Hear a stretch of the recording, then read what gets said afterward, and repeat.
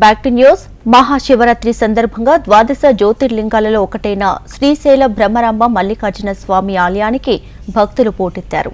శివ భక్తులు సైతం భారీగా తరలి రావడంతో స్వామివారి దర్శనానికి 5-6 గంటల పైన పడుతుంది. నెల రోజుల ముందు నుంచి ఏర్పాట్లు చేసినా అక్కడక్కడ చిన్న చిన్న సమస్యలు తలెత్తాయి. సామాన్య భక్తులకు ఎదురైన సమస్యలు తమ దృష్టికి వచ్చాయని, వాటిని పునరావృతం కాకుండా చేస్తామని అంటున్న ఆలయ ఈవో మల్లికార్జునతో మా ప్రతినిధి Harikishan face to face. Mahashivratri సందర్భంగా శ్రీశైలంలో బ్రహ్మోత్సవాలు అంగరంగ వైభవంగా సాగుతున్నాయి. శివరాత్రి రోజు పెద్ద సంఖ్యలో తరలివచ్చే భక్తులకు ఎటువంటి ఏర్పాట్లు చేశారో, ఏమైనా ఇబ్బందులు గుర్తించి వాటిని రెక్టిఫై చేశారో తెలుసుకున్న ప్రయత్నం ఒకసారి చేద్దాం. ప్రస్తుతం ఆలయ ఈవో శ్రీనివాసరావు ఉన్నారు. సార్ చెప్పండి, ఈరోజు ఎంతమంది భక్తులు స్వామివారి అమ్మవారి దర్శనం చేసుకున్నారు, ఇంకా ఎంతమంది వచ్చేటటువంటి అవకాశం ఉంది, ఎటువంటి ఏర్పాట్లు చేశారు? మనం ఈరోజు మహాశివరాత్రి 8వ రోజుగా మరి ప్రశస్తమైనటువంటిది జన్మకో శివరాత్రి అని చెప్పేసి చాలామంది భక్తులు వారి వారి యొక్క హిందూ ధర్మాన్ని ప్రకారం ఈరోజు ఉపవాసం ఉండేసి శివనామ సంకీర్తనలో వారి నిద్ర ఆహారాలు లేకుండా, అంటే త్రాగునీరు ఇలాంటివి తీసుకోవడం ద్వారా మరి ద్రవ పదార్థాల వాటితోటే మరి జీవించడానికి సంబంధించి ప్రయత్నం చేస్తారు. దానికి తగ్గట్లుగా కూడా మనం ఏర్పాటు చేసి ఉదయం 2:30 గంటలకే సామాన్య భక్తుల్ని మొట్టమొదటిగా స్వామి అమ్మవారిని దర్శించుకునే ఏర్పాట్లు చేశాం. ఇప్పటి వరకు సుమారు 63,000 మంది దర్శించుకున్నారు. గత సంవత్సరంతో పోల్చినట్లయితే ఈ సంవత్సరం 1,10,000 నుంచి 1,20,000 వరకు ఇప్పుడు ఉన్నటువంటి ప్రాథమిక అంచనాల ప్రకారం మేము అనుకుంటా ఉన్నాం. అది మరి వస్తుందనేటువంటి దీంతో ఉన్నా దానికి తగ్గట్లు ఏర్పాట్లు క్యూలైన్లో కానీ, అదేవిధంగా మంచినీరు, అదే మరుగుదొడ్లు, అదేవిధంగా వీటికి సంబంధించిన ఆహార పదార్థాలను కూడా ఏర్పాటు చేయడానికి సంబంధించి మనం చర్యలు తీసుకున్నాం. దాంతోపాటు ఈరోజు ప్రధానమైనటువంటి 5:30 గంటలకు మరి ప్రభోత్సవం ఉంది. ప్రభోత్సవం తర్వాత స్వామివారికి అమ్మవారికి జరిగేటువంటి పవిత్ర కార్యక్రమం ఏదైతే పాగాలంకరణ ఉందో, పాగాలంకరణ, దాని తర్వాత లింగోద్భవంతో పాటు సైమిల్టేనియస్గా లోక కళ్యాణం కోసం జరిగేటువంటి మరి కళ్యాణం కూడా మరి భక్తులు తిలకించడానికి ఇక్కడ అందరూ కూడా పాగాలంకరణ కోసం ప్రతి భక్తుడు, అంటే ఇప్పుడు సుమారుగా 3.5 లక్షల నుంచి 4 లక్షల మంది వాళ్ళు భక్తులు శ్రీశైలంలో ఉంటారు. కానీ మనం దైవదర్శనం చేయడానికి అవకాశం ఉన్నంత వరకు 24 గంటల్లో 21 గంట మనకు ఉన్నటువంటి దాన్ని సర్దుబాటు చేసినప్పటికి కూడా మనం 1,00,000 నుంచి 1,10,000 మందికి మాత్రం చేయగలం. ఇవాళ తిరుమల తిరుపతి దేవస్థానాన్ని కనుక చూస్తున్నట్లయితే ఇన్ని సంవత్సరాలు మౌలిక సదుపాయాలు కల్పించినా కూడా అక్కడ ఉన్నటువంటి ఆగమ శాస్త్ర నిబంధనల ప్రకారం ఉన్నటువంటి దాన్ని ఏర్పాటు చేస్తే 62,000 నుంచి 70,000 వరకు వారి దర్శన భాగ్యం కల్పిస్తుంది. మనం దానికి, అంటే నేను పోల్చడం అయితే ఇది సరైనది కాదు. ఎందుకంటే ఏ దేవాలయానికి ఆ దేవాలయానికి ఉన్న ప్రాసెస్ అది ప్రపంచ ఆధ్యాత్మికమైనటువంటి క్షేత్రంగా ఉన్నటువంటి తిరుమల క్షేత్రాన్ని, కానీ మనం అవకాశాలు కల్పించినటువంటి దానికోసం అని చెప్పడం జరుగుతూ ఉంది. ఆ విధంగా ఎక్కడా కూడా అసౌకర్యం లేకుండా ఇప్పటివరకు చక్కగా సాఫీగా జరుగుతూ ఉంది. పాగాలంకరణకు కూడా మనం 7,000 నుంచి 7,500 మంది ఆలయ ప్రాంగణంలో వారు తిలకించడానికి, నిల్చొని కూర్చొని కానీ తిలకించడానికి ఏర్పాట్లు చేశాం.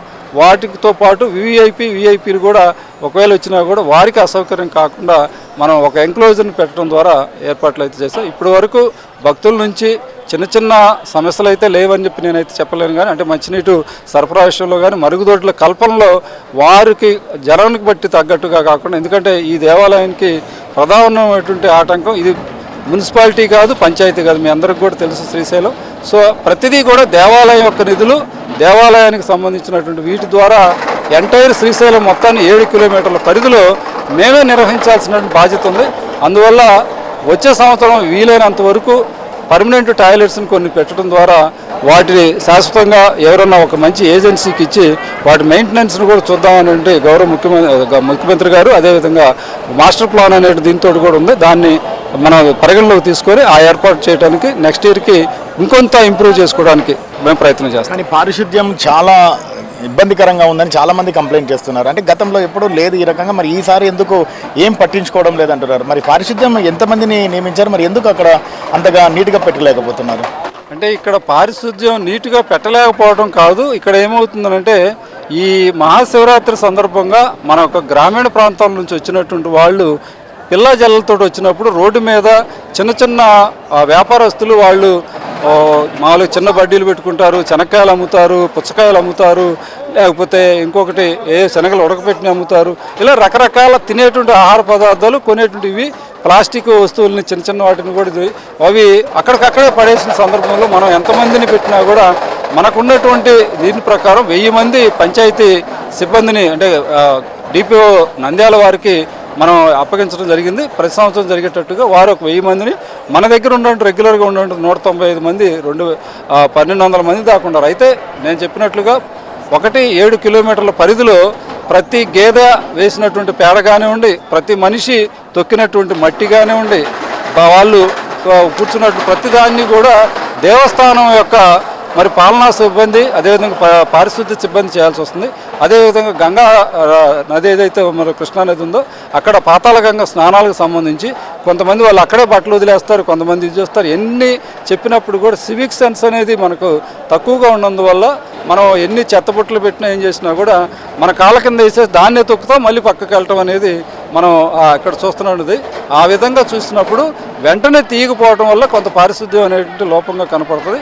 దానికి సాంకేతికంగా ఏం చేయాలి, నెక్స్ట్ ఇయర్కి మనకు ఉన్నటువంటి జటాయువు ఇలాంటి కొన్ని మరి మెషినరీ యంత్రాలను ప్రవేశపెట్టడం ద్వారా దీన్ని కొంత మెరుగు చేద్దామనే ఆలోచనతో ఉన్నాను. అది ప్రభుత్వ దృష్టికి తీసుకుని వెళ్ళి నాకున్నటువంటి పరిధి అదేవిధంగా దేవస్థానం యొక్క నిధులు ఎంతవరకు సహకరిస్తాయో చూసి ఈ లోపాలను ఏదైతే ఉందో వీటన్నిటిని కూడా నెక్స్ట్ ఇయర్కి మళ్ళీ నేను అధిగమించడానికి ప్రయత్నం చేస్తాను. Thank you sir. సో మొత్తానికి మాత్రం ప్రస్తుతం ఉన్నటువంటి పరిస్థితుల నేపథ్యంలో ఈసారి ఏవైనా పొరపాట్లు జరిగితే వాటిని వచ్చే సంవత్సరానికి పునరావృతం కాకుండా ఉండే విధంగా చేసుకుంటామని చెప్పేసి కూడా ఆలయ అధికారి చెప్తున్నారు. మరోవైపు ఎవరైతే భక్తులు కూడా వస్తున్నారో వాళ్ళు కూడా ఒకసారి ఆలోచించుకోవాలని దేవస్థాన అధికారులకు అలాగే శుచి శుభ్రంగా ఉండే విధంగా సహకరించాలని కోరుతున్నటువంటి పరిస్థితి ఉంది. కెమెరామెన్ రామ్మోహన్తో హరికిషన్, హెచ్ఎం టీవీ, శ్రీశైలం, నంద్యాల జిల్లా.